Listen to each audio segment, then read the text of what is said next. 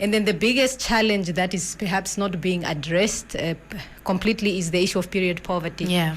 The absenteeism of the girl child during her menstrual cycle. So we now, as our primary goal right now, is to focus on eradicating period poverty in Namibian schools. Yeah, that's beautiful. MYD Heart is proudly brought to you by NHP. NHP, we are about you. 99 FM, your inspiration station. That was Casper Nuves with Sia Tandana, bringing us to today's MYD Heart. Now, Kane Gongo Foundation is passionate about stopping period poverty in Namibia, in Namibia's rural farm schools, and restoring our girls' dignity and health. The foundation helps schools in rural areas by donating books, stationery, and school uniforms. And they also run feeding schemes and erection of classrooms with the aim of improving the academics of the learners. We are joined in studio by the founder, Paulina Kambonde Shanga, who's going to share some more information about this foundation. Good afternoon to you, Paulina, and thank you for joining us here on 99 FM. Good afternoon, ma'am. How are you? I'm doing great. How are you? I'm good. Good to have you. Please give us a brief background of what the Kane Gongo Foundation is. Well, the Kane Gongo Foundation is an organization registered with the Ministry of Justice as a trust, operating in public interest, specifically with regards to challenges that schools in rural or remote Namibia is facing. Yeah. Now, these challenges ranges from hunger in schools, lack of classrooms, lack of libraries, lack of textbooks and all that. And then the biggest challenge that is perhaps not being addressed completely is the issue of period poverty. Yeah. The absenteeism of the girl child during her menstrual cycle. So we now, as our primary goal right now, is to focus on eradicating period poverty in Namibian schools. Yeah, that's beautiful. Tell us about the Mary Pad program. What does it do for young girls in schools? The Mary Pad program is an initiative of the Kane Gongo Foundation. We looked at why this problem is actually existence in the schools. And then we thought, okay, donations are coming in. We find good Samaritans that are coming every now and then. But why is it not, being eliminated in schools? And it's because, number one, the government does not have a program, a fund specifically towards this, the budget. Secondly, is accessibility. Most of the schools that are based in rural Namibia, and it's a lot of schools, about 700 plus schools in Namibia, do not have access to sanitary pads. They have to travel long distances to the nearest towns to purchase these sanitary pads, which now just in turn adds to costs. You understand? So we thought, how about we start manufacturing these sanitary pads locally? Because number one, the ones in the shops are also not affordable because they are imported, most of them. Yes. Yeah, so now with all these taxes and custom duties attached to those goods, now the prices goes high. So we thought if we could manufacture them locally, it would turn out cheaper. Yes. So we have come up with a bag, which is the Mary Pad. The one that you have right now. Yes, I have it here. It's a 100 pad pack. Wow. Yes, meaning there are 100 sanitary pads in this bag, enough to cover a girl child for the whole year. If she can use at least 8 sanitary pads a month, this bag can cover her for the whole year. Yes. Now this bag, because we are self-funded NGO, this bag goes for a contribution fee of Namibian dollars 80.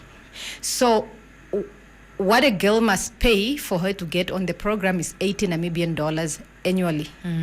So that 80 helps us with production costs. So when you say annually, does it mean that by me paying the $80 annually, it means I get just the one Mary Pad? Yes, because it's 100 pads. So they are obviously enough for the girl to, use for the whole year. Yes.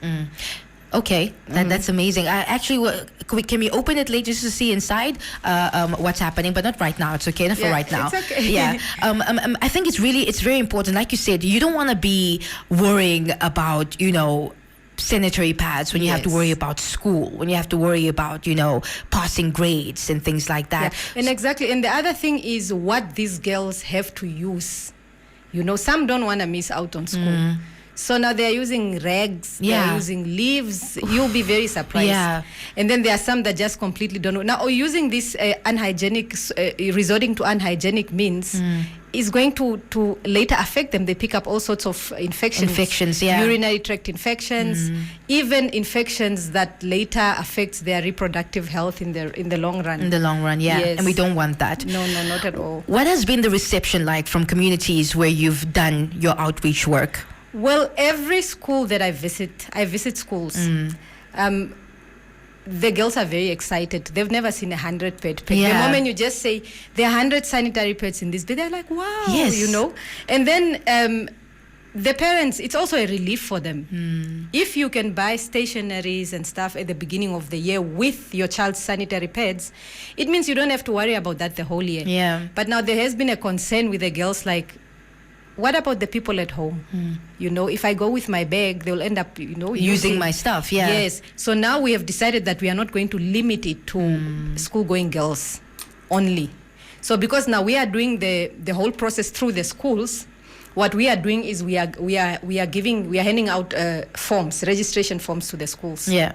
Yeah. Now the school now registers its girls. Now ordinary members of the public can also come to the school and then just say, okay, I also want to be part of that program. Then they pay their $80 to the school, and when the school is now making orders, then they are also included. Yeah. Yes. Paulina, lastly, how can Namibians help the foundation carry out its duties? What can we do to help? Honestly, it's challenging running a self-funded NGO. Yeah. Number one, you don't have any other donors or sponsors that, you know, are on this project full time. So I would like for the ordinary Namibians, ordinary citizens, me and you, to actually just come, not even to us, go to your nearest school, ask the school, okay, how many girls are not able to afford, you understand? Because not everybody can afford. Some are saying, no, they cannot afford the $80, you understand? So then, you and I, that's now where we come in. You can say, okay, I want to fund 2 girls for the whole year. It's only 160. Yes. You understand? You going forth and buying those sanitary pads for those 2 girls means a lot. It means you are keeping 2 girls in school for the whole year. Also, the corporate, sector. You know, some of them have mandates to, look after girls and education and health in general.